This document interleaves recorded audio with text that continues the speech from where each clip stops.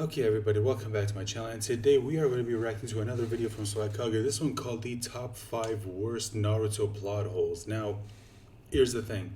If you have been a fan of the Naruto series for a while now, like I am, then you will know that Naruto has never been a perfect show. And I say this because there are a lot of people, especially now with the Boruto manga seeming to pick up steam, or more and more people seem to be interested in the Boruto manga. And whenever there's someone out there who criticizes it, kind of like me, there are going to be people out there who say that, oh, you're just a die-hard Naruto fan. Oh, you just hate anything that is a Naruto. You think that you're one of those people who thinks that it's the greatest show ever made. Here's the thing. Yes, we love Naruto, but I guarantee you that if you were to ask, like, the majority of the people in the Naruto fandom, they will tell you, no, the show had some problems. Like, the show is not a perfect series, but not even close. In fact, especially towards the end, like, dude, there are a lot of people who probably dropped the series once the war arc started because they just hated what was happening. So again, like, I'm hoping that people understand that just because we criticize Boruto doesn't make us Naruto diehard fanboys. Like, no, we know Naruto has problems. We've always known it's had problems. And I want to know what Swagkage, to him, he considers to be like the worst of all of the plot holes. So let's go ahead and full screen this. Let's just check the volume and play. Since criticizing Dragon Ball Super went so well for me,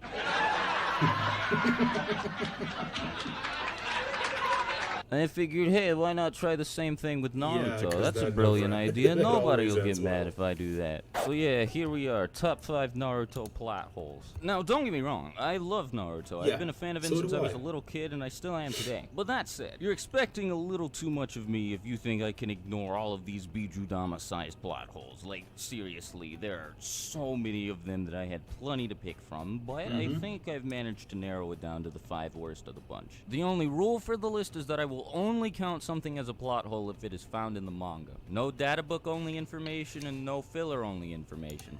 And that's also true. And again, when it comes to, again, I know I'm connecting this to Boruto, but again, I feel like it's important because whenever people criticize what's going on in the Boruto manga, a lot of people will also say, well, I mean, they covered it in the anime, but the thing is, why do you need to watch the anime to get the full story?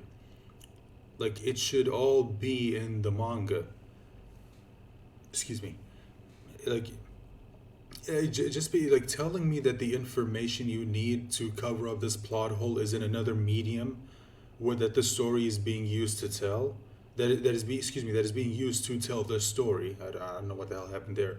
Like, that doesn't fix it. It doesn't stop it from being a problem in the original manga, and especially now since the anime is following the manga. The manga is the primary source of telling the story.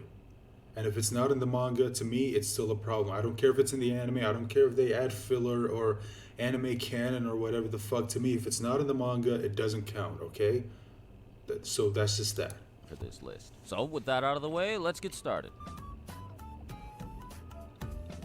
Sage mode Minato. So Oh yeah, this that's is a a pretty problem. simple plot hole to explain, simply because Minato either should not be able to use Sage Mode or should have ended the series before it even began. See, Minato, I think Sage Mode would have come in a bit handy when Obito came to the Leaf Yeah. Village and murdered your wife and summoned the Nine Tails. Like, the Leaf Village was getting nuked and you didn't pull out Sage Mode? Kishimoto tries to justify this by having Minato say that he sucks at using Senjutsu, No. but the thing is, he clearly doesn't because he's a perfect sage, which in other words means that he's mastered Sage He's Mode. even better at Like using it than Minato, I know Jiraiya. you've never used Sage Mode in a fight before, but considering Naruto's first fight with Sage Mode was against Pain, this is kind of Yeah, a little no. unforgivable, dude. So, what should have happened is Obito comes to the Leaf Village trying to extract the Nine Tails from Kushina. Minato retaliates by activating Sage Mode, decimating Obito, and keeping the series from ever taking place.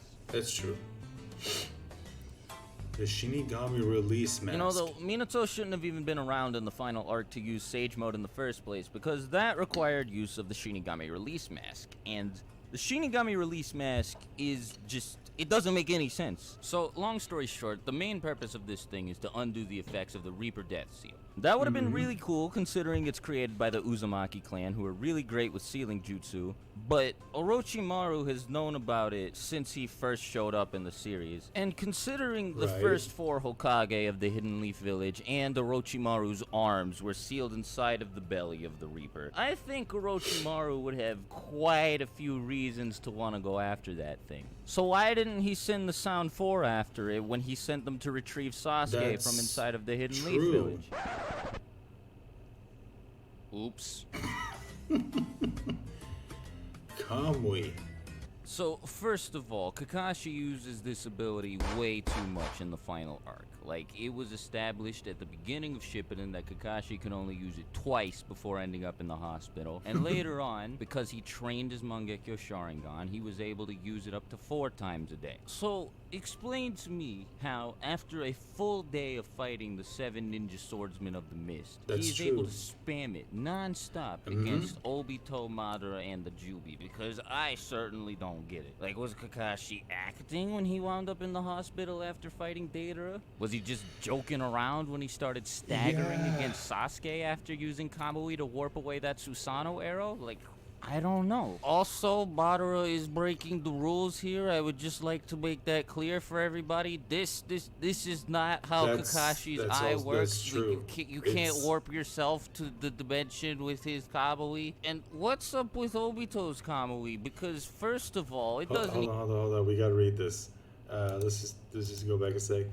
Now, I know these plot holes only exist because Kishimoto didn't want to let everyone know that Tobi and Obito were the same person by showing the audience that Tobi and Kakashi have the same Mangekyo Sharingan. So he did his best to hide Obito's Mangekyo pattern and to make it seem like Obito's warping ability wasn't tied to his Sharingan at all. But that doesn't make it any less of a plot hole, and it bugs the dick out of me. Yeah, that is true. Again, it's just... I don't know. It's just, to me, it's like...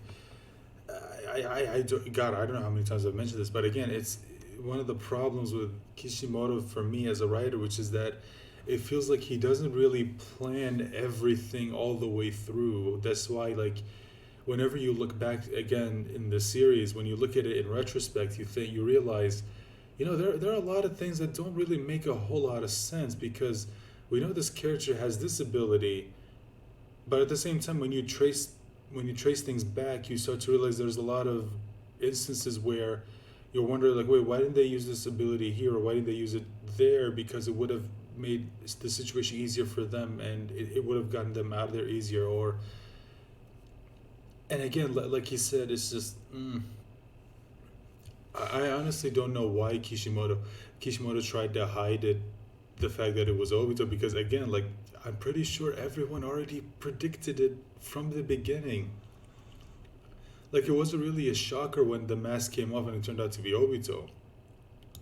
Because first of all, it doesn't even seem like he has to have his Mangekyo Sharingan active to use it. Second of all, his eyes don't bleed like everyone else who has a Mangekyo Sharingan when he uses his ability. Third of all, he doesn't go blind like every single other Uchiha who overuses the Mangekyo Sharingan. Okay, for me, the only thing that I can even remotely attribute to this to explain why he doesn't go blind, but then again, it doesn't explain why Kakashi doesn't go blind either, but Obito did have Hashirama cells implanted into his body to replace the half of his body that was crushed by that boulder. And we know that when people graft Hashirama's cells into their bodies, they also gain Hashirama's like healing ability along with his ability to use wood style.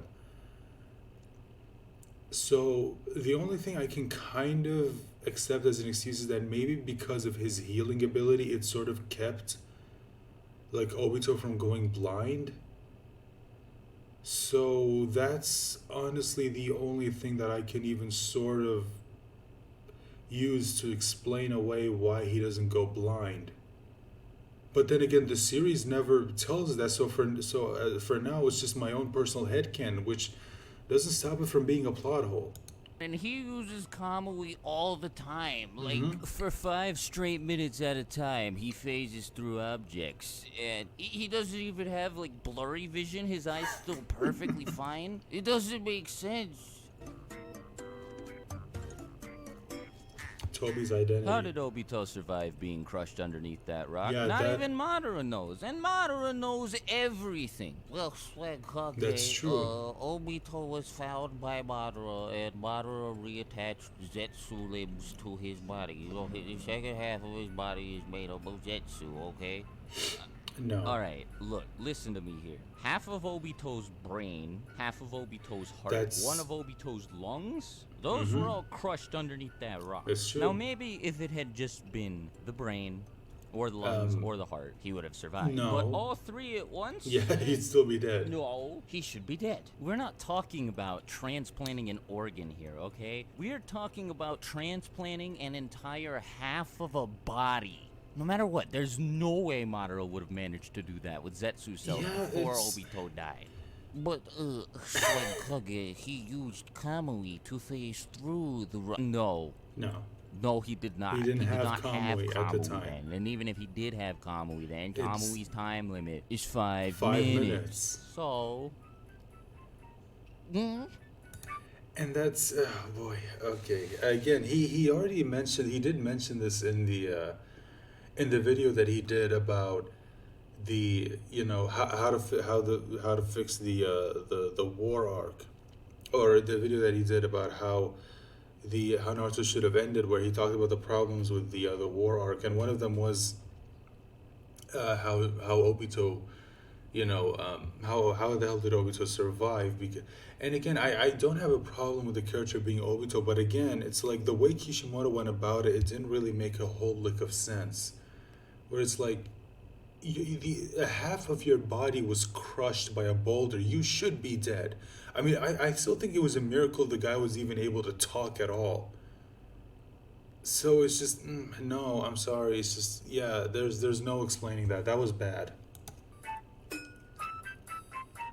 Team 7's power. Why did Obito give Sasuke Itachi's eyes? It's- Why did Sakura just now pull out the Byakugo seal? Seriously, I'm very confused. There was no build up to this at all. Sakura just used it all of a sudden. She didn't think maybe it'd come in handy against Pain, against Sorcery, any of those people? How did Naruto and Sasuke manage to overpower Obito with their Susanoo Kyuubi thing, when a combination of Hashirama's wood clones, Tobirama, Hiruzen, and Minato couldn't do anything to That's Obito? true. Why do they all seem to have unlimited chakra? How They- did they never Naruto run learn how to out. use the 6 paths power? And on that note, how did Sasuke immediately learn how to use the Rinnegan powers? And don't get me started on. And that is, dude, again, that's absolutely true. Sorry, I just want to talk about this. And interestingly enough, he doesn't have another video about this, and we're gonna watch that one at some point. Don't worry. The interesting thing is that when it comes to Naruto's 6 paths power, like, Naruto was immediately able to just use it, even though he's never had any experience using 6 paths power at all. And you could say the same thing with Sasuke, although with Sasuke, they immediately try to excuse away why Sasuke doesn't use any of the other abilities with the Rinnegan, by having Kurama say that because he only just got it and he only started using it, like, he still doesn't have full mastery of it. But at the same time, Naruto just only recently got 6 paths Sage mode. And yet interestingly enough, no one can explain away why Naruto was just immediately able to just learn how to use it. I mean, hell, there are even times when Naruto says, like, I have no idea how the hell I'm doing it, I'm just doing it. It's just, like, oh boy, man. The war arc really did have a lot of problems. So anyway, that's the video. And yeah, there are a lot of problems, but like I said, Naruto is not a perfect series, and for me, like, I still love it. I do. I still really love the series, but that doesn't mean it doesn't have a lot of problems. And unfortunately, you're even starting to notice some of those problems seep into the Boruto series, or it's been there for a while actually. In my opinion, it's been there since the beginning. But yeah, anyway, that's the video, guys. Let me know your thoughts in the comment section down below. If you liked the video, please consider liking the video, share it, and please consider subscribing if you haven't. And remember to click the bell icon, because that will let you know whenever I post a brand new video, including a new reaction if you enjoy these. So with that being said, goodbye for now. Please remember to stay safe and take care of yourselves.